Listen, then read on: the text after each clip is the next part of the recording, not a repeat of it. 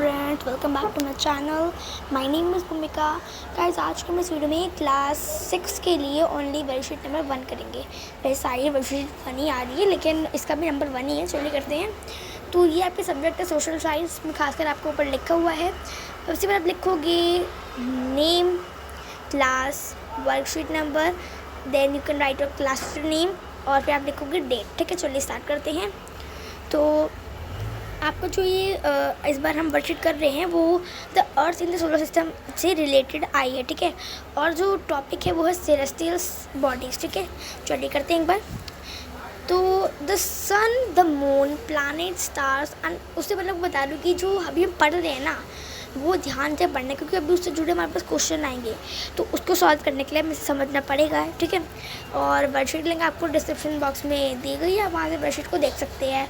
और गाइस, अगर आपको मेरी वीडियो ब्लर दिखे तो मैंने आपको डिस्क्रिप्शन बॉक्स में ना एक लिंक दी है उसकी भी, एक वीडियो की, जिससे आपको ना वो हेल्प मिलेगी कि आप अपनी वीडियो की क्वालिटी को कैसे क्लियर करें। ठीक है, तो आप उस वीडियो को ज़रूर देखें अगर आपको वीडियो क्वालिटी क्लियर नहीं करनी आती है तो। ठीक है, चलिए करते हैं।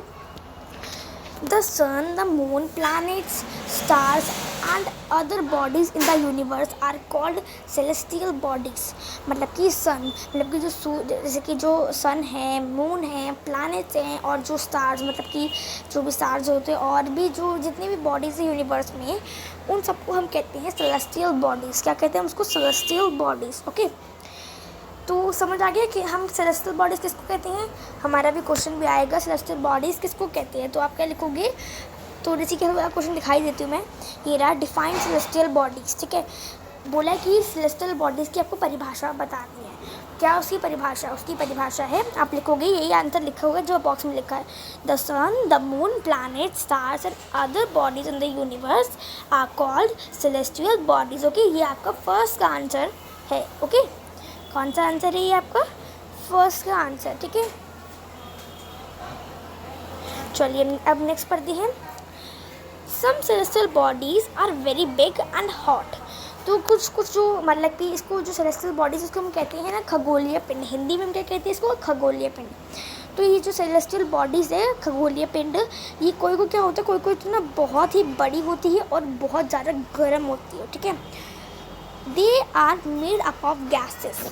ये किससे बने होती है ना? गैसेस से बने होते हैं। ठीक है, they have their own heat. उनकी खुद, they have their own heat and light. उनकी जो स्टार्स हैं, एक तरह से सेलेस्टियल बॉडीज़ है, उनकी खुद की किसी की तो खुद की जो लाइट होती है, मतलब कि जो गर्माहट होती है और प्रकाश होता है खुद का। ठीक है, विच दे इमिट इन लार्ज अमाउंट्स, और बहुत ज़्यादा ही उनका गर्माहट होती है और रोशनी होती है उनकी। ठीक है, तो these celestial bodies are called stars.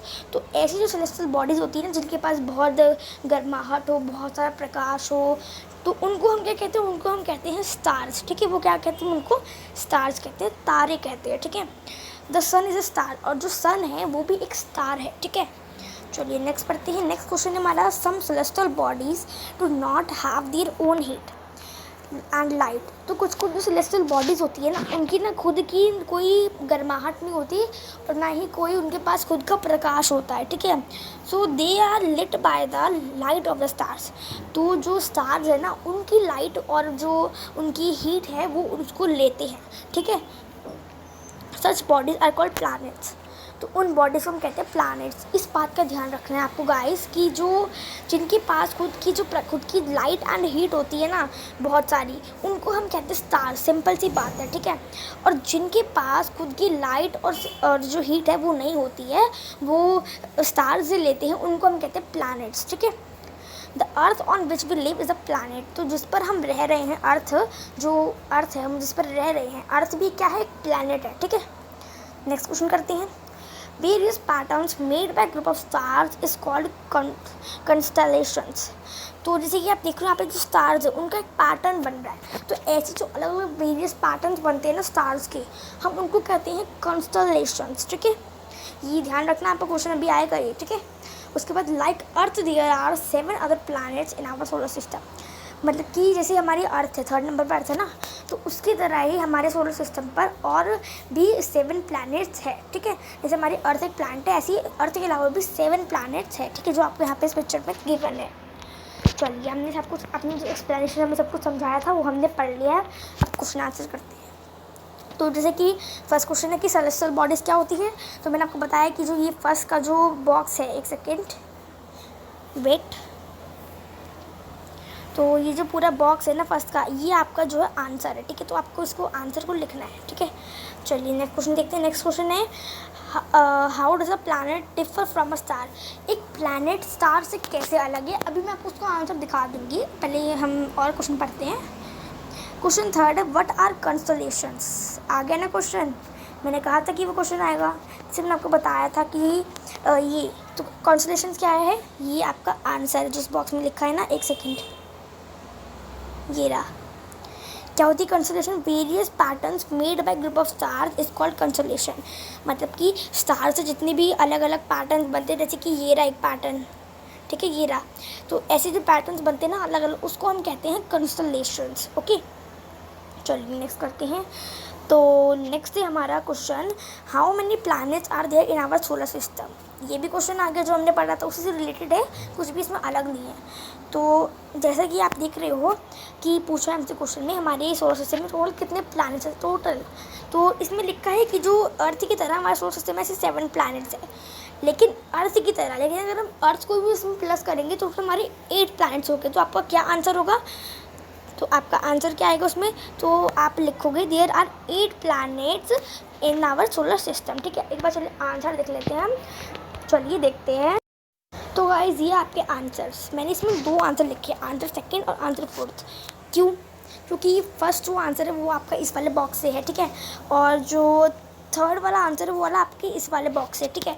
लेकिन अब मैंने सेकंड और फोर्थ का आंसर क्यों लिखा, वो भी तो किसी बॉक्स से ही था, वो मैंने इसीलिए लिखी क्योंकि मैंने उसमें कुछ अलग चीज़ें जो है वो ऐड करी है, ठीक है। बिल्कुल खुद से एक तरह से आंसर कुछ थोड़ा सा बनाया गया, ठीक है। चलिए देखते हैं। क्वेश्चन 2 है हमारा कि how does a planet differ from a star. ये था ना, तो मैंने लिखा है कि planets and stars are the different for the following regions.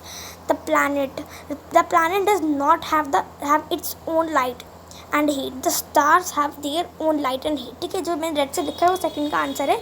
इसका मतलब कि मैंने लिखा है कि जो प्लैनेट मतलब जो ग्रह और तारे हैं वो निम्नलिखित कारणों से अलग है। लिखा है मैंने कि the planet does not have its own light and heat, मतलब कि जो प्लैनेट है, जो ग्रह हैं, उनके पास खुद की लाइट और हीट नहीं होती है, ठीक है। उसके बाद मैंने लिखा the stars have their own light and heat, मतलब कि जो स्टार्स हैं उनके पास खुद की लाइट और हीट होती है। तो इसमें यही अंतर है कि किसके पास नहीं होती है और किसी के पास खुद की लाइट एंड हीट होती है, ठीक है। उसमें क्वेश्चन 4 है कि how many planets are there in our solar system. हमारे सोलर सिस्टम में टोटल कितने प्लैनेट्स हैं, तो मैंने लिखा है कि there are 8 planets in our solar system, ठीक है। क्योंकि अगर हम अर्थ को और सारे प्लैनेट्स में प्लस करेंगे तो टोटल हमारे 8 होंगे, ठीक है। आपको अगर विश्वास नहीं होता तो आप काउंट भी कर सकते हैं, वैसे सबको विश्वास है, सबको पता ही है कि कितने प्लैनेट्स हैं, ठीक है। तो गाइस मैंने आपको इस वर्कशीट के सब कुछ अच्छे से समझा दिया है, एकदम आंसर भी अच्छे से करवा दिए हैं। ओके गाइस, तो गाइस मेरी वीडियो को लाइक करो, अपने फ्रेंड्स या शेयर करो, मेरे चैनल को सब्सक्राइब करो और बेल आइकन को प्रेस करो, जिससे आपके पास मेरी सारी वीडियो नोटिफिकेशन जल्द से जल्द मिल जाए फ्रेंड्स। तो मिलेंगे हम अगली वीडियो में, तब तक के लिए बाय बाय, सी यू।